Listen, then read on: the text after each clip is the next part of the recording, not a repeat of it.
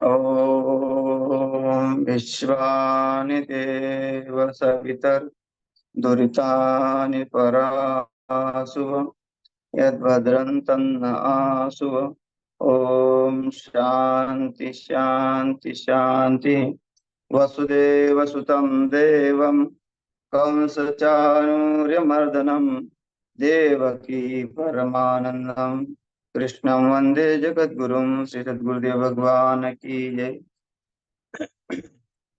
प्रस्तुत श्रीमद् भगवद गीता का 6वां अध्याय और 24वां श्लोक चल रहा है। यहाँ भगवान कहते हैं कि अपने मन को जो है संकल्प से बचाए। यहाँ वस्तुओं को प्राप्त करते हैं लोग, तो वस्तु दिखते ही वो संकल्प मन में आ जाता है लेने का। तो मन में वो संकल्प न आए, यही आपकी साधना है, यही आपके मुक्ति का जो है कारण बताती है। कि जो ध्यान की विधि है वो ध्यान केवल परमात्मा में ही होना चाहिए और संकल्प में होना नहीं चाहिए। श्लोक कहते हैं संकल्प प्रभवान काम त्यक्त्वा सर्वान् शेषतः मनसैवेन्द्रिय ग्रामं विनियम्य समन्ततः संकल्प प्रभावं कामा। जो कामना उत्पन्न होती है, संकल्प और कामना, तो संकल्प वो है जो दृढ़ होता है और कामना तो दृढ़ नहीं होती, कामना बदलती रहती है। तो ये कहते हैं कि संकल्प प्रभावान कामांश। प्रभावांश मतलब अति दृढ़ता से जो तुम्हारा संकल्प है उस संकल्प का तुमको त्याग करना पड़ेगा। संसार के अनगणित वस्तुओं के प्रति जो हमारा संकल्प बना रहा है, विषयों के प्रति हमारा संकल्प बना रहा है, ये संकल्प ही हमारे लिए घातक होता है। हम जो विचार करते हैं, जो मन निर्णय लेता है, मन में जो निर्णय लिया वो संकल्प हो गया। और एक संकल्प होता है कि जो हम जैसे कर्म कांड करते हैं, तो कर्म कांड में हम अनेक अनेक प्रकार का आह्वान करते हैं। हमारा आयु आरोग्य ऐश्वर्य बल कीर्ति ये सब हमको प्राप्त हो जाए। और लास्ट में हम ये भी बोलते हैं धर्म अर्थ काम मोक्ष, ये चतुर्विध पुरुषार्थ प्राप्त्यर्थम, ये भी हम संकल्प करते हैं। इसमें हम उस मोक्ष को भी मांगते हैं। वो संकल्प तो ठीक है, ऐसा नहीं कि भी हमने एक श्लोक सुना और संकल्प ही करना छोड़ दिया। तो गृहस्थ जीवन में संकल्प नहीं होगा तो गृहस्थ जीवन भी धर्ममय नहीं होगा। गृहस्थ जीवन में तो संकल्प होना जरूरी है, लेकिन कौन सा संकल्प होना है? जो धर्म कार्य में रत रहे। और जो साधु के लिए वो संकल्प है, साधक के लिए, जो परमात्मा में स्थित रहे। परमात्मा में स्थित रहने के लिए उसको ये बाह्य जगत की जो वस्तु ये पदार्थ है उस पदार्थ के प्रति ममत्व न हो और उसमें आसक्त न हो, वो वस्तु को देखकर लालयित ना हो।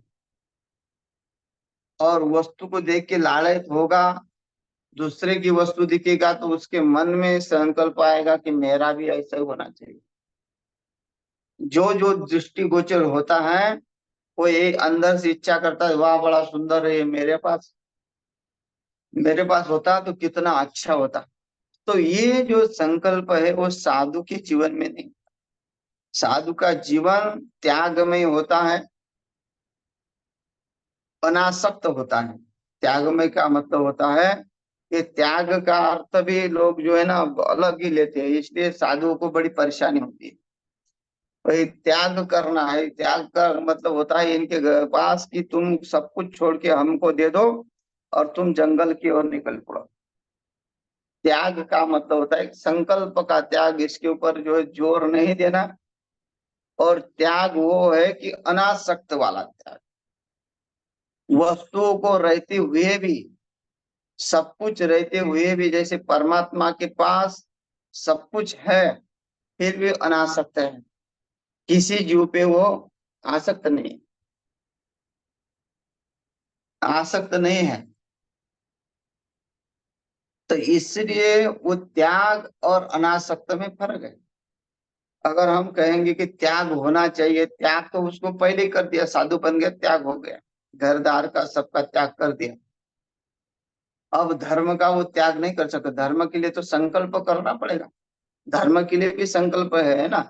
ये संकल्प है हमारा, सर्वे भवन्तु सुखिनः, सर्वे सन्तु निरामया, सर्वे भद्राणि पश्यन्तु मा कश्चित् दुःख भाग् भवेत्। अब ये भी तो एक संकल्प है भाई। हमारे मन में ये कामना हो गई कि ये सब जन सुखी हो जाए, सब निरोगी हो जाए, सब आयुष्मान हो जाए। तो ये संकल्प तो सत्संकल्प है। ये तो संत महात्माओं का संकल्प होता ही है। तो ये हमें कौन से संकल्प का त्याग करना है, ये देखना पड़ेगा। या कहते हैं संकल्प प्रभवन कामा त्यक्त्वा सर्वान शेषता। जो सर्वान से संपूर्ण कामनाओं का निश्चित रूप से अशेषतः, मतलब जितना उसमें कोई भी शेष नहीं रहे, वो अशेषतः। संसार की कोई भी वस्तु की कामना, आसक्ति, जो मिले अनायास मिलता रहता है, जो भी होता है। अब हम देखते हैं कि संत महात्माओं को लोग सोने का मुकुट भी पहना रहे, तो उसमें कोई उनको विशेष नहीं लगता है, क्योंकि जिन्होंने उस पद को प्राप्त किया है उसके लिए सोना चांदी हीरे मोती कुछ भी नहीं है ना। भोलेनाथ जी जब भगवान के दर्शन के लिए जाते हैं, तो माता जी कहते हैं कि भोलेनाथ के आपको कन्हैया के दर्शन नहीं कराएंगे, आप बैरागी हो और डर जाएगा, तो आप एक काम करो, ये हीरे जवाहरात चांदी सोना जो है आप ले लो और यहाँ से निकल पड़ो।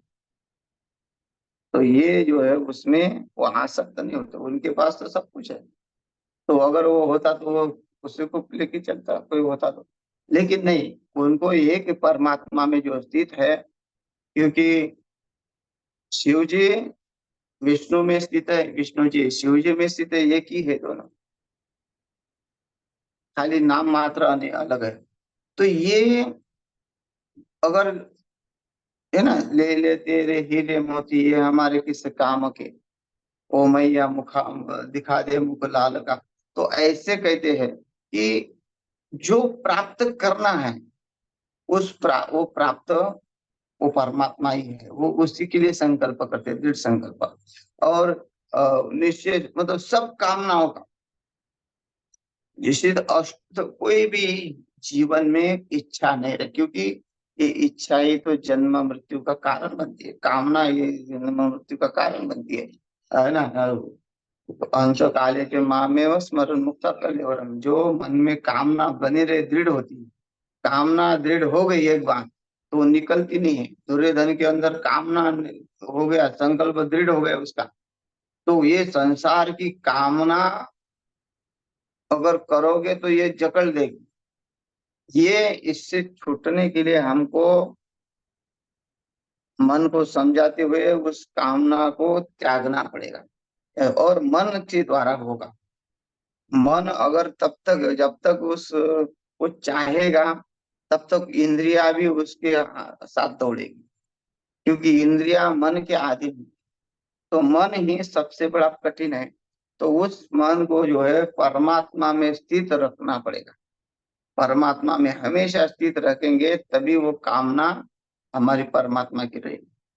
नहीं तो संकल्प हम संसार के लिए करते रहेंगे, आज ये लाना है कल वो लाना है ना। हर दिन नया जो है कुछ ना कुछ कार्य निकलता है संसार। और वो 365 दिन में एक दिन भी वो संकल्प ऐसा नहीं करता कि मैं कुछ ऐसा 1 घंटा बैठ के 2 घंटे बैठ के साधना करूं, भजन करूं, भगवान के लिए कुछ ना कुछ जो है अपना त्याग करूं। नहीं, 365 दिन में अगर उसको पैसे का व्यवस्था हो जाती है और दुकानदारी ऐसी चलती है उसकी भयानक, तो वो 1 घंटा आधा घंटा भी जो है परमात्मा के लिए स्मरण के लिए नहीं रखे। पूरा का पूरा वो उसका ऐसा संकल्प रहेगा कि आज इतने कमाए, कल इससे अधिक कमाऊंगा। तो ये क्या हुआ, इस संकल्प लेके डूब गए। संकल्प जो मन में आया वो मन में वैसा किया और इंद्रियों को उसकी तरफ भगा दिया। मन में संकल्प किया कि आज रसगुल्ला खाना है, तो यहाँ संकल्प हुआ, दुकान कितना दूर है, होटल कितना दूर है, गाड़ी लेके वहां गया तो ले आया। तो ऐसे ही है, जहां जहां तुम जाओगे तो यहाँ तक, अब अगर ये दुकान तक ले जा सकता है, आपको विदेश तक ले जा सकता है ये मन, तो परमात्मा तक नहीं पहुंचा सकता, परमात्मा तक भी पहुंचा सकता है। अगर हमने वो संकल्प किया, हमने संकल्प किया हमको विदेश जाना है, तो हम विदेश पहुंच गए, जहां जाना हमको वहां पहुंच गए। अब वो अगर इतना पहुंचा सकता है तो मन भी संकल्प के द्वारा तो हमको वो परमात्मा तक भी पहुंचा सकता है। ये हमने समझना चाहिए। अगर ये सोचना चाहिए कि इतना, ये कुछ भी नहीं था, मैं जब पैदा हुआ तो मैं कपड़ा कुछ नहीं लाया साथ में, और जैसे जैसे मैं बड़ा होता गया मेरे अंदर संकल्प होता रहा, तो मैंने ये दुनिया इकट्ठा किया। अब इतना दुनिया इकट्ठा किया, जो सुख लोगों के पास नहीं वो सुख मेरे पास है। लेकिन जब ये मन में इतना कुछ बढ़ा दिया, तो इससे भी तो बड़ा कुछ प्राप्त हो सकता है। ऐसा मन में अगर आता है तो मन परमात्मा की तरफ जाएगा, उस इस संकल्प का त्याग हो जाएगा फिर। क्योंकि उत्तर उत्तर बलि में हमने कहा था, अगर हमको वही कहीं 100 रुपए मिलते तो हम 50 रुपए के दिहाड़ी में क्यों जाएंगे, 100 रुपए जाएंगे। तो ये है कि जो ये सुख जो है संसार का अनित्य है। अगर हमको नित्य सुख मिल रहा है उस परमात्मा का, नित्य सुख में जो कभी दुख में परिवर्तन नहीं होता, ऐसा सुख अगर प्राप्त होता है तो ये संकल्पों का त्याग करना पड़ेगा। संसार के संकल्पों में जितने भी आते हैं उसको रोकथाम लगाना पड़ेगा। मन में कामना है उसको रोकना पड़ेगा। बिना रोके अगर आप उसके साथ रहोगे तो वो फिर धोखा देता रहेगा, वो हमारे साथ नहीं रहेगा। इसलिए संकल्प भगवान, संकल्प उत्पन्न होने वाली जो संपूर्ण कामनाएं हैं, और निश्चित रूप से उसको त्याग कर मन के द्वारा, मनसा इंद्रिया कामा। और जो ग्रामान का मतलब होता है, इंद्रिया ग्रामान का मतलब होता है दशो इंद्रिया, इंद्रिय के समुदाय को, है ना, समन्ता, और सभी ओर से वो विनिमय भली बात की रोकना है। अपने इंद्रियों को मन के द्वारा रोकना पड़ेगा। और मन को जो है व्यस्त लगाने के लिए भी ये जो स्वाध्याय है, प्रवचन है, भगवान का भजन है, मन के ऊपर, मन के साथ जुड़ना पड़ेगा। अगर मन के साथ नहीं जुड़ते तो मन तो फिर इंद्रियों को भगाता रहे। मन की लगाम हमारे हाथ में होनी चाहिए, है ना। परमात्मा के हाथ में देनी चाहिए वो मन की लगाम। तब तो हम सुरक्षित हैं। अर्जुन सुरक्षित क्यों है? क्योंकि परमात्मा के हाथ में वो घोड़ों की लगाम दे दिया। अब भगवान जहाँ जाएंगे लेके जाएंगे, वो हमने उसको समर्पित कर दिया, परमात्मा को समर्पित किया, है ना। शिष्यस्ते हम शादी माम तो प्रपन्न, बोलते ना, कार्पण्य दोष अपहत स्वभाव पृष्ठामि त्वाम धर्म सम्मूढ़ चेता, श्री निश्चितम ब्रूहि में शिष्यस्ते हम शादी माम तो प्रपन्नम। मैं तो मूढ़ हूँ। अगर हम ये दीनता लेते हैं, अगर हम समझदार है, ऐसा बोलते कि अरे मैं तो बहुत होशियार हूँ, मैं तो सब कुछ कर सकता हूँ, मेरे में इतनी शक्ति है, तो संकल्प होगा। अगर हम अपने आप को सब कुछ होते हुए भी कुछ नहीं समझे कि ये सब तो परमात्मा का ही है, मैं तो कुछ नहीं जानता हूँ, मैं तो केवल उनकी उंगली पकड़ के ही जाऊंगा, क्योंकि वो जहाँ जाएंगे वो मुझे सही जगह पे जगह जाएंगे। हम अपने माता पिता की उंगली पकड़ते तो हमारे माता पिता हमको कभी गड्ढे में नहीं गिराएंगे।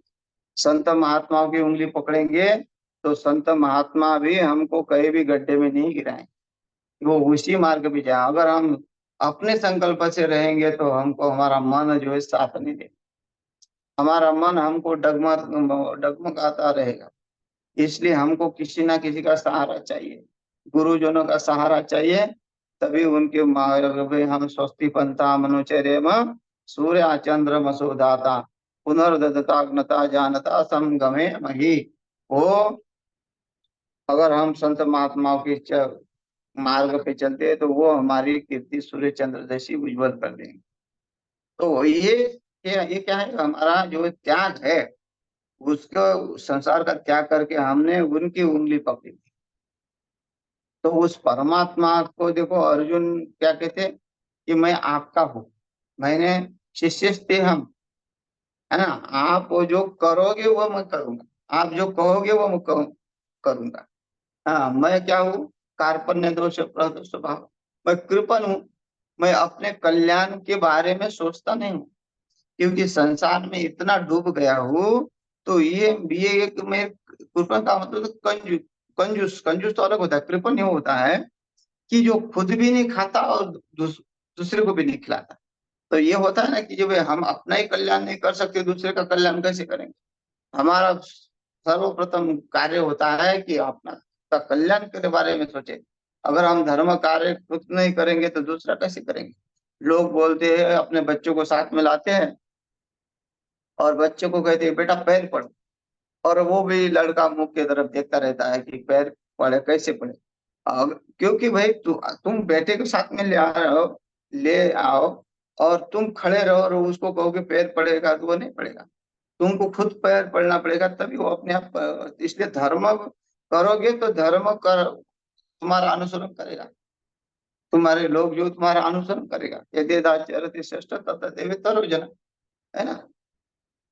तो ऐसा अगर संकल्प हमारे अंदर है, धर्म के प्रति हम रहते हैं, तो वो तो मन फिर उसमें लगा रहेगा। और नहीं तो फिर संसार की जो प्रति जो है, हम कृपणता हो गई हमारी, क्योंकि हम क्या कर रहे हैं कि खुद का भी कल्याण नहीं करे, दूसरे का भी नहीं करे। कार्पण्य दोषोपहत स्वभाव, मेरा स्वभाव है, अनंत जन्म से आ रहा हूँ और इसी में डूब रहा हूँ। इसलिए, और इसके कारण क्या हुआ, डूबने के कारण मैं धर्म को जान ही नहीं रहा हूँ। धर्म असमूढ़ चेतन, मैं मूढ़ हूँ, धर्म से मूढ़ हूँ। ये अगर ऐसा करते हैं और हम, फिर हमको आप मार्गदर्शन करिए। अगर हमारा मन उसमें ही मार्गदर्शक के साथ रहता है, तो जो ऋषि मुनि के ग्रंथ है उसके साथ रहता है, तो हमारा मन जो है कभी भी वस्तुओं के प्रति आकर्षित नहीं होगा। जो मिले सो मिले, जितने में संतुष्ट हम सतत योगी, और संतुष्ट है। उसको मालपुआ मिले वो भी संतुष्ट, रुकी सुखी मिले उसमें भी संतुष्ट, क्योंकि उसकी कोई इच्छा है नहीं, सर्व काम है। वो सब कामनाओं का त्याग कर दिया, संकल्प का त्याग कर दिया। वो विचार सोचता नहीं कि आज मेरे लिए क्या भोजन आएगा, है ना। जब अन्न नक्षत्र में जाता है तो ये नहीं सोचता कि आज मुझे क्या खाने को मिलेगा, ये मुझे मिलना चाहिए नहीं। जो मिले सो वहां बस जाओ, भोजन करके आओ और अपना भजन करो। तो ये जब तक हम त्यागते नहीं हैं, और इसके लिए हमको जल्दबाजी भी नहीं करनी पड़ती है। ऐसे कैसे होगा, मन भगवान आगे कहेंगे, ये चटवाते मन के ऊपर है ये सब। ये कहते हैं कि तुम जो कह रहे हो कि भली भांति तुमको रोकना है, तो एकदम कैसे रोकेंगे भाई, इतना जो, इतना प्रभावशील मन है। और प्रभावशील मन से तो कि इतनी बाढ़ है, और उसमें बादल फट गया है, और बहुत सारा ताकत से पानी नीचे आ रहा है गंगा जी में। तो अगर हम कहेंगे कि अभी बांध बांधेंगे, तो बांध रहेगा क्या। वो पहले ही बांध बांधना शुरू करना पड़ेगा, फिर पानी रोकेगा। तो इसलिए यह कहते हैं कि धीरे धीरे तुम अपना जो है काम शुरू करो, तब तुमको मन की लहर आ जाएगी और तुम सोचोगे कि समय पे है, तो समय पे तुम बांधना भी चाहो, त्याग भी करना चाहो, तुमने घर का त्याग भी किया है, लेकिन तुम लौट के आओगे, तुम्हारा संकल्प दृढ़ नहीं है। तो इसलिए ये तुमको जो घर में साधना भजन करनी है, एकदम त्याग नहीं करना है, धीरे धीरे पदार्थों से आसक्ति छुड़ानी है, और धीरे धीरे उसकी प्रैक्टिस करनी, जैसे व्रत आदि का पालन करना है। एकादशी व्रत करते करते जो है थोड़ा एक समय भोजन करना, कभी हल्का भोजन करना, ऐसा शरीर पे जो है, और 5 मिनट साधना में बैठना, 10 मिनट साधना में बैठना, मन को समझाना कि भाई अभी तो तुम्हें 5 मिनट ही बैठो, कोई दिक्कत नहीं, बाकी सब बाद में काम करेंगे। तो ऐसा मन में हमें धीरे धीरे धीरे धीरे लाना है, कि उसको साथ में उसको आदत डालनी है ना। बिना प्रतीति न हुए प्रीति। मन को तब जब तक प्रतीति नहीं होगी कि भाई यही सही है, तब तक वो उसमें प्रीति नहीं करेगा। अब हम बचपन से जो महात्मा बनते हैं, उसको उसका मन जो है पहले से उसमें ढला हुआ है, तो उसको इतनी प्रीति हो गई, तो अब वो संसार की तरफ मुड़ता ही नहीं, वो गुस्से में रहता है। उसको कोई बोलने वाला तो नहीं था कि भाई महात्मा बनो, लेकिन वो अपने आप बन गया। इसका मतलब बन गया का मतलब क्या, उसको उस परमात्मा से प्रीति है, संसार से प्रीति नहीं है। तो वो ये धीरे धीरे हो जाएगा।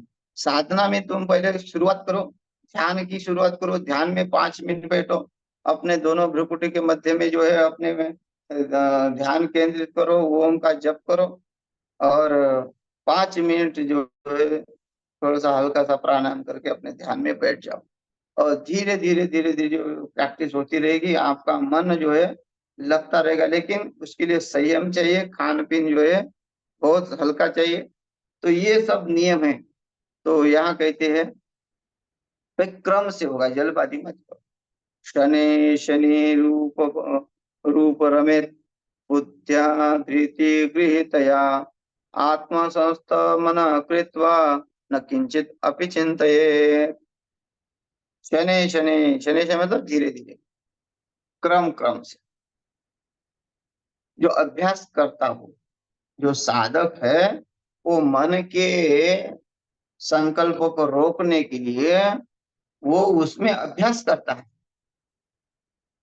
पहले 5 मिनट ध्यान करेगा, हाँ, थोड़े थोड़े व्रत करेगा, नियम करेगा। ये खट्टा जो नियम नहीं कर सकता। तो जो जो गुरुजन उपदेश करेंगे, गुरुजन भी एकदम उपदेश नहीं करते, पहले धीरे धीरे धीरे धीरे उसको सेवा में लगाएंगे। हाँ, सेवा में लगा के फिर उसको कभी पढ़ाते पढ़ाते ना, एकदम तो शास्त्र पढ़ाएंगे नहीं, फिर पूरी प्रस्तांतरी एकदम पढ़ाएंगे क्या, नहीं पढ़ेंगे। जब पूरी प्रस्तांतरी अपने आत्मा साथ हो जाएगी, तो उसका मन भी अपने आप शांत हो जाएगा। तो धीरे धीरे पहले जो है व्याकरण से शुरुआत करते हैं पढ़ाने के लिए। तो वो ये पढ़ाते पढ़ा, और वो भी व्याकरण जो पढ़ते समय 2 सूत्र 4 सूत्र, ज्यादा से ज्यादा 10 सूत्र तक याद करेगा। उसकी अनुवृत्ति भी याद करनी पड़ती, वृत्ति भी याद करनी पड़ती है। तो ये उसका क्रम है। अगर हम पढ़ने के लिए प्रस्तांतरी अगर पढ़ना चाहते हैं ढंग से, और महाभाष्य तक पढ़ना चाहते हैं, तो कम से पहले विद्या प्राप्त करने के लिए 12 साल लगता है, और आज तो 24 साल लग जाएगा, तभी विद्या पूरी नहीं होगी। क्यों? कि हमारी जो गुरुकुल परंपरा वो खत्म हो गई है। पहले वेदों का अध्ययन होता था पूरा का पूरा, आज तो वेदों का अध्ययन होता, कुछ ही शाखाओं का अध्ययन होता है। और इसमें इसलिए अगर हम जल्दबाजी करेंगे, फटाफट लोग आते हैं, हमें फटाफट पढ़ना है, फटाफट प्रवचन करना है, तो इसमें वो पढ़ाई बराबर नहीं करते, खाली तोता बन के जते जाते। जैसे वृंदावन में आ रहे लोग और कहते हैं कि हमको भागवत कथाकार बनना है, 6 महीने का कोर्स, 18,000 श्लोक जो है वो 6 महीने कैसे पढ़ाए जाएंगे। तो इसमें क्या होता है कि मन की चंचलता थोड़ी खत्म होगी, सब उसके संकल्प और बढ़ते हैं कि मैं बहुत बड़ा कथाकार बनूं, और बहुत बड़ा कुछ उपाधियों को प्राप्त करूं, को भी गौशाला निकाला, मतलब किस लिए, उसका जो है नाम करने के लिए, उसका कल्याण करने के लिए थोड़ी है। तो ये जो है भाई वर्ण होके अगर निष्काम भाव से होता है, तो उसमें सहज अवस्था से होता है। अगर है तो संकल्प है, तो वो संकल्प भी वो निष्काम भाव वाला है। तो ये जो साधना है, उस साधना को एकदम नहीं करते। नहीं तो यहाँ एकदम जो है साधना करते हैं, नवरात्र जैसे आती है 10 दिन भूखे रहेंगे, 10 दिन भूखे रहेंगे। अब तो ये एकदम से साधना होगी भाई, धीरे धीरे पहले व्रत का नियम करो। पहले तो घर में कम खाओ, कम खाना सीखो, तभी तो ये व्रत करोगे। नहीं तो फिर क्या होता है कि 10 दिन कुछ नहीं खाया, और उसके पहले जो है दुनिया भर का कोई कोई लोग जो है नवरात्र में तो शुद्धता बढ़ते, मांसाहारी भी लोग होते हैं, मांसाहार करते हैं और इधर भी नवरात्र का व्रत भी रखते हैं, ऐसे भी देखा गया है। तो ये व्रत का कोई फायदा नहीं है, जो मांसाहारी है उसका कोई व्रत का फायदा नहीं। इसने पहले तो खान पीन को अपना पहले से ही धीरे धीरे कंट्रोल करके फिर व्रत आदि का नियम का पालन करना पड़ेगा। तो ये कहते हैं कि शनि शनि उपक्रम से अभ्यास करता हुआ उपरति को प्राप्त होता है। उपरति को अपने अपने स्थान को प्राप्त होता है, परमात्मा में वो स्थित हो जाता है प्रैक्टिस से। तो समय हो गया है इस श्लोक के ऊपर, और कल चर्चा करते हैं। हरि ओम तत्सत।